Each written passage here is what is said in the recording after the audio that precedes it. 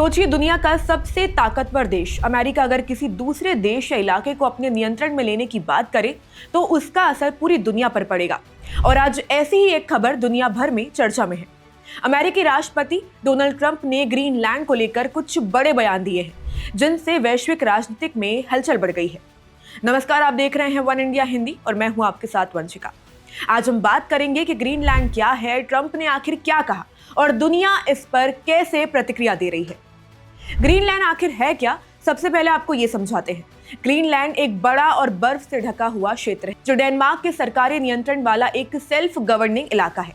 ये जगह भौगोलिक रूप से बहुत महत्वपूर्ण है क्योंकि ये अंटार्कटिका क्षेत्र और उत्तरी अंटार्कटिका के बीच स्थित है, जहां प्राकृतिक संसाधन और रणनीतिक स्थिति का बड़ा महत्व है। डोनाल्ड ट्रंप ने हाल ही में कहा है कि अमेरिका ग्रीनलैंड को हासिल करेगा, चाहे वहां के लोग या डेनमार्क उसे पसंद करे या नहीं। ट्रंप ने यह भी कहा कि अगर इंडिया वे यानी सौहार्द से बात नहीं बनी तो हार्ड वे यानी कठिन रास्ता अपनाने के बारे में भी सोचा जा सकता है, जिससे ये बातचीत से आगे बढ़कर सख्त कदम जैसा लग रहा है।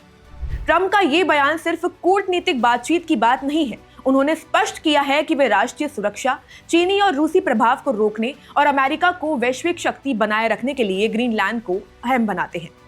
कुछ रिपोर्टों के मुताबिक ट्रंप प्रशासन ग्रीनलैंड को अपने नियंत्रण में लेने के लिए लोगों को आर्थिक रूप से भी मनाने का विचार कर रहे हैं। बताया यह भी जा रहा है कि अगर ग्रीनलैंड के लोग डेनमार्क से अलग होकर अमेरिका के साथ जुड़ना चाहें तो उन्हें हर नागरिक को $10,000 से $1,00,000 तक लगभग 90 लाख से 1 करोड़ रुपए तक राशि देने की योजना पर भी मंथन हुआ है। लेकिन ट्रंप की इस इच्छा पर डेनमार्क और ग्रीनलैंड की सरकारों ने बहुत स्पष्ट जवाब दिया है। उन्होंने ये जवाब दिया है कि डेनमार्क के प्रधानमंत्री और ग्रीनलैंड नेता दोनों ने कहा है कि ग्रीनलैंड बेचने या किसी दूसरे देश का हिस्सा बनने के लिए नहीं है और ये जनसंख्या खुद फैसला करेगी कि उन्हें क्या चाहिए। डेनमार्क ने चेतावनी दी है कि अगर अमेरिका ने बिना अनुमति कोई कदम उठाया तो नाटो जैसे सैन्य गठबंधन में दरार आ सकती है, क्योंकि डेनमार्क स्वयं अमेरिका का रक्षा सहयोगी है। ग्रीनलैंड के लोग खुद भी अपनी स्वतंत्र पहचान को लेकर बहुत स्पष्ट है और वे नहीं चाहते कि किसी बाहरी शक्ति के नियंत्रण में आए।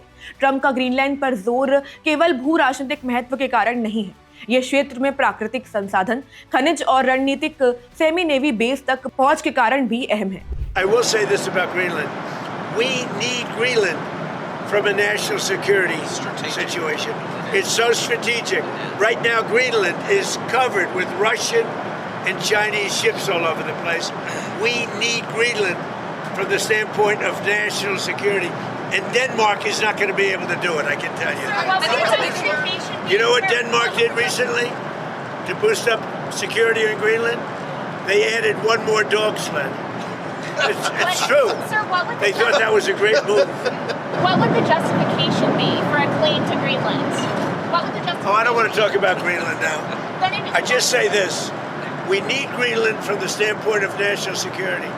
And the European Union needs us to have it. And they know that. तो दोस्तों, ये मामला सिर्फ एक बयान नहीं है, ये बताता है कि दुनिया की बड़ी शक्तियां कितना दूर तक रणनीति अपनाती है, सुरक्षा, संसाधन और प्रभाव के लिए संघर्ष करती है। ट्रंप की ये बात दुनिया के देशों के बीच कूटनीतिक स्तर पर गंभीर बहस और चिंता का विषय बन चुकी है। क्या ग्रीनलैंड का अधिकार यहाँ के लोगों के पास रहेगा या बड़ी शक्तियों के दबाव में कुछ अलग होगा? ये आगे समय पर निर्भर करेगा।